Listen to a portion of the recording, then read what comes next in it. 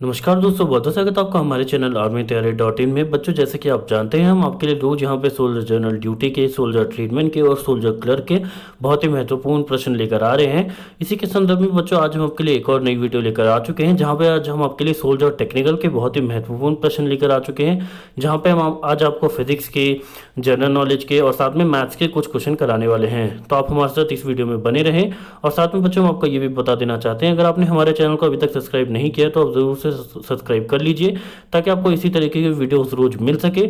और bell icon जरूर दबाइए, ताकि आपको हर वीडियो का नोटिफिकेशन मिल पाए। साथ में बच्चों, हम आपको ये भी बता देना चाहते हैं, अगर आप इसी तरीके के क्वेश्चन चाहते हैं तो आप हमारी बुक को भी डाउनलोड कर सकते हैं, जिसका लिंक आपको हमारे पहले कमेंट में और डिस्क्रिप्शन बॉक्स में देखने को मिलेगा। इस बुक के अंदर आपको 1000 से ज़्यादा MCQ देखने को मिल जाएंगे, और साथ में यहाँ पे आपको फ्री मॉक टेस्ट भी दिया हुआ है। और इस ई बुक का जो प्राइस है वो हमने मात्र 40 रुपये आपके लिए रखा है, तो आप इस ई बुक को डाउनलोड करके अपने फ़ोन में भी यूज़ कर सकते हैं। अब आइए बच्चों, बात कर ले अपनी यहाँ पे क्वेश्चन की। तो सबसे पहला क्वेश्चन जो हम आपके लिए ला रहे हैं सोल्जर टेक्निकल के लिए, वो यहाँ पे आप देख सकते हैं फिजिक्स से है। और यहाँ पे आपसे पूछा गया है कि इनिशियल वेलोसिटी यानी कि अंतिम वेग, त्वरण और दूरी यानी कि जो फाइनल वेलोसिटी होती है, इनिशियल वेलोसिटी होती है, और जो एक्सेलरेशन होता है और दूरी होती है, इन सब के बीच में आपको रिलेशन बताना है, कौन सा इक्वेशन होता है। तो यहाँ पे बच्चों, आपको पता होगा कि जो यहाँ पे 3 इक्वेशंस होते हैं मोशन के, उसमें से एक इक्वेशन की बात कर रहे हैं, और आपको यहाँ पे 4 इक्वेशन दिए हुए हैं, जिसमें लिखा हुआ है v is equals to u plus a s, जो कि आपको पता है बच्चों गलत है। v is equals to u plus a t सही होता है। नेक्स्ट क्वेश्चन आपको, नेक्स्ट यहाँ पे ऑप्शन आपको दिया हुआ है v square minus u square is equals to 2as। तीसरा यहाँ पे है v square minus u square is equals to as, और आखिरी जो है वो है v plus u is equals to 2as। तो यहाँ पे आपको पता होना चाहिए, जो 3 इक्वेशन होते हैं मोशन के, उनमें से एक इक्वेशन जो है वो b है, v square minus u square is equals to 2as। तो इसका जो आंसर हो जाएगा वो हो जाएगा v square minus u square, यानी कि final velocity minus initial velocity is equals to 2as, जहाँ पे a जो है बच्चों वो एक्सेलरेशन है, और यहाँ पे s जो है वो डिस्टेंस है। और आपको यहाँ पे पता होना चाहिए कि जो पहला इक्वेशन होता है वो होता है v is equals to u plus a t. और तीसरा इक्वेशन आप हमसे कमेंट में यहाँ पे आप हमको बताइए। नेक्स्ट क्वेश्चन की बात करें तो यहाँ पे आपसे पूछा क्या है, जो डाइन है वो किसका यूनिट होता है। तो यहाँ पे आपको 4 ऑप्शन देखने को मिल रहे हैं, मोमेंटम, पावर, वर्क और फोर्स। और यहाँ पे आपको पता होना चाहिए, जो डाइन है वो एक फोर्स का यूनिट है। तो डाइन जो है वो एक फोर्स की यूनिट होती है, और फोर्स की एक और यूनिट होती है जिसको न्यूटन भी कहा जाता है।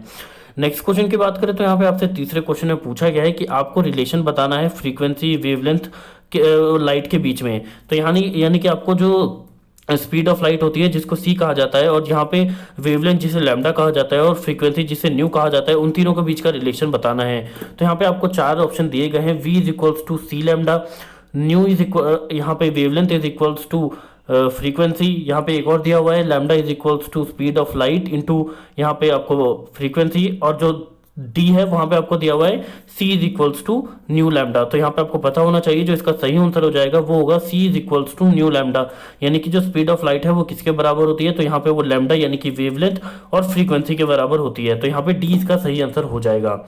नेक्स्ट क्वेश्चन की बात करें तो यहाँ पे आपसे जीएस के कुछ, हम जीके के कुछ क्वेश्चन लेकर आ चुके हैं, जो कि आपसे सोल्जर ट्रीटमेंट के एग्जाम में पूछा जाता है। और पहला क्वेश्चन जो आपसे पूछा जा रहा है वो यही है कि यहाँ पे सारे जहाँ से अच्छा जो सॉन्ग था वो उसके राइटर कौन है, यानी कि उसको किसने लिखा है। तो यहाँ पे आपको 4 ऑप्शन देखने को मिल रहे हैं, गुलाम अली खान, या रविंद्रनाथ टैगोर, या फिर यहाँ पे मोहम्मद इकबाल, या इनमें से कोई नहीं। तो हम आपको बता देना चाहते हैं कि इसका जो सही आंसर होगा वो होगा मोहम्मद इकबाल। तो आपको पता होना चाहिए, जो सारे जहां से अच्छा गाना है वो मोहम्मद इकबाल द्वारा लिखा गया था। नेक्स्ट क्वेश्चन की बात करें तो यहाँ पे आपसे पूछा जा रहा है कि हवाना की कैपिटल क्या है। तो यहाँ पे आपको 4 ऑप्शन देखने को मिल रहे हैं बच्चों, घाना, फिनलैंड, क्यूबा और साइप्रस।